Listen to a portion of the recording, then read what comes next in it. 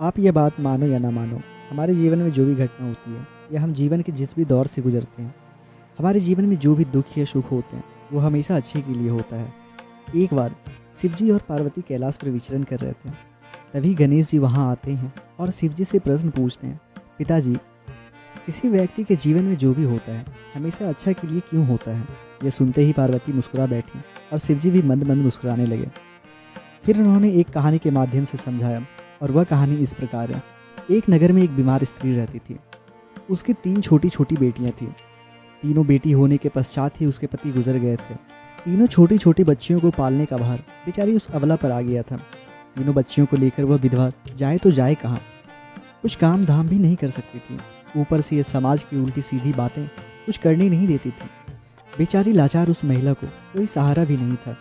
वह अपने पति को याद करके उन बच्चियों को जैसे तैसे पाल रही थी। पति के गम में वह बीमार पड़ गई। उसे उन बच्चियों की चिंता थी, किस तरीके से इसका पालन पोषण होगा। उन्हीं बातों को सोच सोच कर एक दिन उसकी तबीयत और ज़्यादा बिगड़ गई और उसका अंतिम समय निकट आ गया। धर्मराज का एक दूत उस विधवा स्त्री के प्राण लेने धरती पर आया, लेकिन वह वहाँ का नज़ारा देखकर दुविधा में पड़ गया। उसने देखा महिला जमीन पर पड़ी हुई थी और उसके आगे पीछे कोई भी नहीं था। सिर्फ उसकी 3 बेटियां उसके ऊपर सिर रखकर पड़ी हुई थी और वह जोर जोर से रोई जा रही थी। यह देखकर उसको दया आ गई। वह बच्चियां अपनी माँ को रो रो कर जगा रही थी। फिर दूत ने सोचा, इनका पिता पहले ही मर चुका है। अगर मैं इन स्त्री के प्राण लेकर गया तो ये बच्चियां किसके सहारे रहेगी? कौन इनका पालन पोषण करेगा? यह सोचकर वह दूत उस स्त्री के प्राण लिए बिना ही लौट गया। धर्मराज उससे पूछते हैं, तुम उस स्त्री के प्राण लेने गए थे, फिर खाली हाथ कैसे आए? तब देवदूत कहता है, हे स्वामी, मेरी गलतियों को क्षमा करें। मैं चाहकर भी उस स्त्री के प्राण नहीं ले पाया। अगर मेरी जगह आप होते तो शायद आप भी खाली हाथ ही लौट कर आते। मैं उस महिला की बच्चियों का दुख देख नहीं पाया। वो रो रही थी, अपनी माँ को जगा रही थी और वहाँ उसे देखने वाला कोई और नहीं था। मैं उलझन में पड़ गया। यदि मैं उस महिला के प्राण लेकर आता तो उन बच्चियों को कौन देखता? उनका पालन पोषण कौन करता? पृथ्वी लोक के मनुष्य तो इतने स्वार्थी हो गए हैं कि बिना मतलब के तो कोई किसी का सहारा नहीं बनता। यदि कोई मदद करता भी है तो बदले में उम्मीद करता है या फिर उसे अपने एहसान के नीचे जीवन भर दबा कर रखना चाहता है। देवदूत कहता है कि स्वामी, उस महिला को थोड़ा समय दिया जाए ताकि वह अपनी बच्चियों को पाल पोस कर बड़ा कर सके। देवदूत की यह बात सुनकर धर्मराज उसे डांटते हुए कहते हैं, अरे मूर्ख, ईश्वर की बनाई गई सृष्टि में ना तो कोई एक क्षण घटा सकता है और ना ही कोई क्षण बढ़ा सकता है। उसकी मर्जी के बिना ना उसे कोई जीवन दे सकता है और ना ही समय से पहले कोई मार सकता है। ईश्वर जो करता है सबके साथ अच्छा ही करता है। तुम कौन होते हो विधाता के नियम को बदलने वाले? तुमने उस महिला को ना लाकर ईश्वर के बने बनाए नियमों का उल्लंघन किया है। तुमने बहुत बड़ा अपराध किया है, इसलिए तुम्हें इसका परिणाम भोगना ही पड़ेगा। जिस पृथ्वी लोक के मनुष्य से तुम्हारी ममता है, तुम उसी पृथ्वी लोक पर मनुष्य बनकर अपना पाप भोगोगे। देवदूत कहता है, हे स्वामी, धरती लोक में मेरा उद्धार कब होगा और कैसे होगा? धर्मराज कहता है, धरती पर जाकर जब तुम्हें अपने द्वारा की गई गलतियों का सबक मिल जाएगा तब स्वयं ही इस पाप का बोझ तुम्हारे ऊपर से हट जाएगा। और साथ ही साथ तुम्हें यह वरदान है कि मनुष्य होकर भी तुम्हें तुम्हारे आने वाले क्षण का आभास होगा। इतना कहकर धर्मराज ने उस देवदूत को धरती पर धकेल दिया। वह धरती पर मनुष्य शरीर में आ चुका था। उसके शरीर पर कोई भी वस्त्र नहीं था। पृथ्वी लोक का एक नियम है, जो मनुष्य जन्म लेता है वह उसमें नग्न ही होता है। देवदूत ने जन्म तो नहीं लिया, परंतु वह निवस्त्र ही एक सड़क के किनारे पड़ा ठंड से ठिठुर रहा था। वहाँ से एक मोची गुजर रहा था। वह मोची अपने बच्चों को ठंड से बचाने के लिए कपड़े लेने जा रहा था। रास्ते में ठंड से ठिठुरते एक नग्न व्यक्ति को देखकर उसे दया आ गई। उसने अपने बच्चे के लिए कपड़े तो नहीं लिए, लेकिन इस देवदूत को कपड़े और एक कंबल खरीद कर दिया। देवदूत कहने लगा, अरे भाई, मुझे इस ठंड में बचाया और मेरे लिए कपड़े लाए। यह करके आपने मुझ पर बहुत बड़ा उपकार किया है, लेकिन कपड़े देकर आपने मुझे ठंड से तो बचा लिया, लेकिन मेरे पास ना कोई घर है, ना कोई परिवार और ना ही कोई भोजन का साधन है। अगर कोई काम आप मुझे दिलवा दें तो मैं आपका उपकार जीवन भर नहीं भूलूंगा। तभी उस मोची को ख्याल आया कि उसे एक व्यक्ति की ज़रूरत थी जो उसके काम काज में उसका हाथ बटा सके। तो मोची बोला, अरे भाई, तुम मेरे घर चलो, मैं तुम्हारा सारा खर्चा उठा लूँगा, बदले में तुम मेरा काम कर देना। और उसके बाद वह मोची देवदूत को लेकर अपने घर पहुंचा। उधर मोची की पत्नी ने देखा कि उसका पति बच्चों के लिए कपड़े लाने गया था। कपड़ा तो कुछ लाया नहीं, उल्टा एक आदमी को घर बुला लाया है। पत्नी अपने पति से झगड़ने लगी और उसे भला बुरा कहने लगी।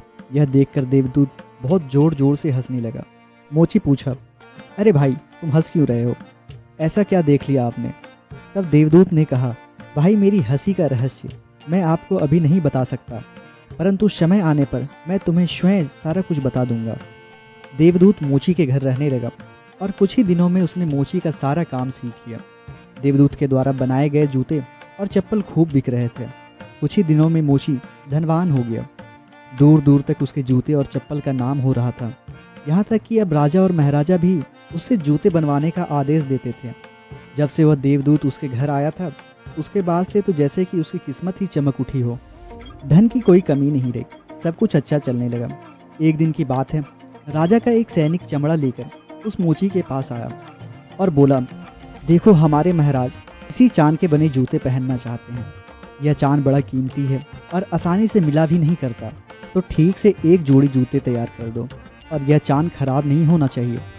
इस बात का विशेष ध्यान रखना कि इस चमड़े के सिर्फ जूते ही बनने चाहिए, भूल से भी कोई गलती ना हो। इतना बोलकर वह सैनिक वहाँ से चला जाता है। उधर मोची ने भी देवदूत को समझाया कि देखो राजा वाली बात है, इसमें कोई गलती ना करना। चमड़ा भी बहुत कम है, इसलिए चमड़ा खराब नहीं होना चाहिए। जूते की वह कह के गया है तो जूते ही बनाना। इसमें कोई भी अगर गलती होगी तो जटिल से जटिल सजा भुगतना पड़ सकता है। इतना कहने के बाद मोची वहाँ से चला जाता है। मोची के इतना समझाने के बाद भी देवदूत ने चमड़े का जूता ना बनाकर उसका चप्पल ही बना दिया। जब मोची वापस आता है तो चप्पल देखकर मोची की सांसें फूल सी गई। वह देवदूत को डांटने लगा, यहाँ तक कि डंडा लेकर उसे मारने के लिए दौड़ा और कहने लगा, अरे मूर्ख, तुझे बार बार समझाया था जूते ही बनाना, लेकिन तुमने तो चप्पल बना दी। अब राजा हमें नहीं छोड़ेगा, तू भी मरेगा और साथ में मैं भी मारा जाऊंगा। राजा हमारे पूरे परिवार को फांसी लगवा देगा। मोची बड़बड़ाने लगा, काश मैं तुमसे मिला ही ना होता, तो मुझे आज ये दिन देखना नहीं पड़ता। मोची को अत्यंत दुखी देखकर देवदूत एकदम से खिलखिलाकर हंसने लगा।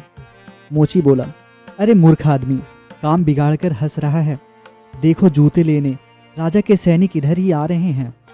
सैनिक पास आया और बोला, हे मोची भाई, पिछले दिनों जो मैं चमड़ा देकर आपको गया था, उसके जूते तैयार मत करना, उसका चप्पल ही बना देना, क्योंकि हमारे महाराजा का देहांत हो गया है और यहाँ की प्रथा है कि मरने वाले व्यक्ति को चमड़े की चप्पल पहनाकर अर्थी पर लिटाया जाता है।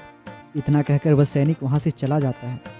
मोची कुछ बोल पाता उससे पहले एक बुढ़िया के साथ 3 लड़कियां मोची के दुकान पर आई।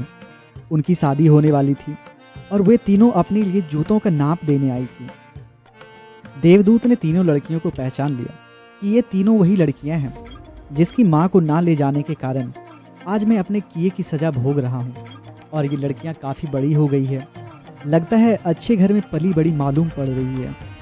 यह सुन बुढ़िया कहती है, हाँ बेटा, बचपन में ही इनकी माँ चल बसी थी, इसलिए इनको मैंने अपने पास रख लिया था।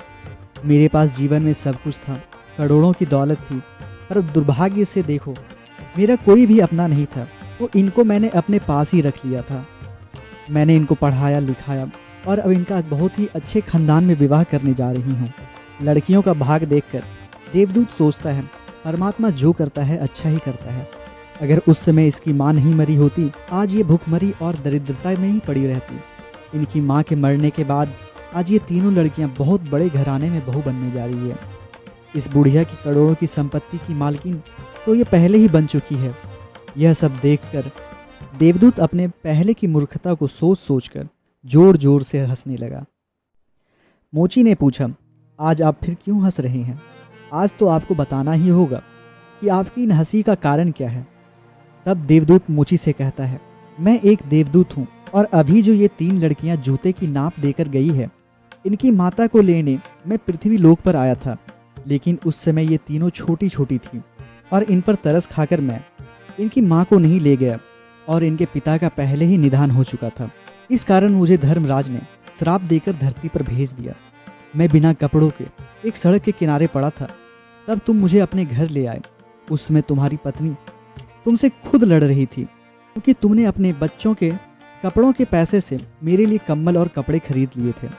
तब मैं पहली बार तुम्हारी पत्नी की मूर्खता को देखकर खूब हंसा था, क्योंकि तुम्हारी पत्नी उस लाभ को नहीं देख पा रही थी जो मेरे आने के उपरांत तुम्हारे घर में होने वाला था। और दूसरी बार हंसी तब आई जब तुम राजा के जूते नहीं बना सके और तुम डंडा लेकर मेरे पीछे भागे। उस समय तुम राजा के बारे में सोच रहे थे, परंतु तुम्हें यह मालूम नहीं था कि राजा के साथ क्या घटना घटने वाली है, जिसके कारण राजा को जूतों से अधिक 2 गज जमीन की आवश्यकता पड़ गई।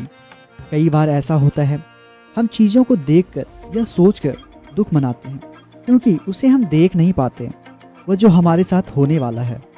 कई बार परमात्मा हमारी अच्छाई या भलाई के लिए हमारे साथ बुरा करता है, पर हम उसे देखकर भगवान को कोसते हैं। हम उस अच्छे को नहीं देख सकते जो हमारे साथ भविष्य में होने वाला है। कई बार हमारे साथ वर्तमान में बहुत अच्छा होता है तो हम बहुत खुश होते हैं, लेकिन यह नहीं देख पाते कि भविष्य में हमारे साथ क्या होने वाला है। हमारे साथ 2 तरह की घटनाएं होती है, एक अच्छी और एक बुरी, लेकिन हमें हमेशा यह सोचना चाहिए भगवान जो भी करेंगे अच्छा ही करेंगे। यह सोचकर आगे बढ़ना चाहिए। जीवन में जो भी हो रहा है हमेशा अच्छे के लिए ही हो रहा है। मोची को यह सब समझाकर देवदूत धर्मराज के पास वापस चला गया, क्योंकि उसे उसकी गलतियों से सबक मिल चुका था और उसके मनुष्य रूप में पृथ्वी लोक पर उसका समय समाप्त हो चुका था। कहानी खत्म होने पर शिवजी ने गणेश जी की ओर देखा तो गणेश जी बोले, अब तो मैं यह समझ चुका हूँ कि मनुष्य के जीवन में जो होता है अच्छे के लिए ही होता है, परंतु मेरे मन में एक और सवाल है। वह यह है कि अच्छे लोग इतने दुखी और पापी लोग इतने खुशी क्यों होते हैं। इस पर शिवजी फिर से मुस्कुराए और बोले, इस प्रश्न का उत्तर मैं तुम्हें फिर कभी और दूंगा। अब मेरे ध्यान का समय हो गया है। और इसके बाद वे अपनी आंखें बंद करके गहरे ध्यान की मुद्रा में चले गए। तो इस कहानी से हमें बहुत ही अच्छी सीख मिलती है कि हमारे जीवन में जो भी होता है हमेशा अच्छे के लिए होता है और हमें यही सोच के साथ हमेशा आगे बढ़ना चाहिए। इस वीडियो के ऑडियो में अगर किसी प्रकार की भी त्रुटि हुई हो तो उसके लिए मैं आप सबसे क्षमा मांगता हूँ। बाकी आप लोग अपने जीवन में खुश रहें और आगे बढ़ते रहें। हर हर महादेव, जय शिव शंभो।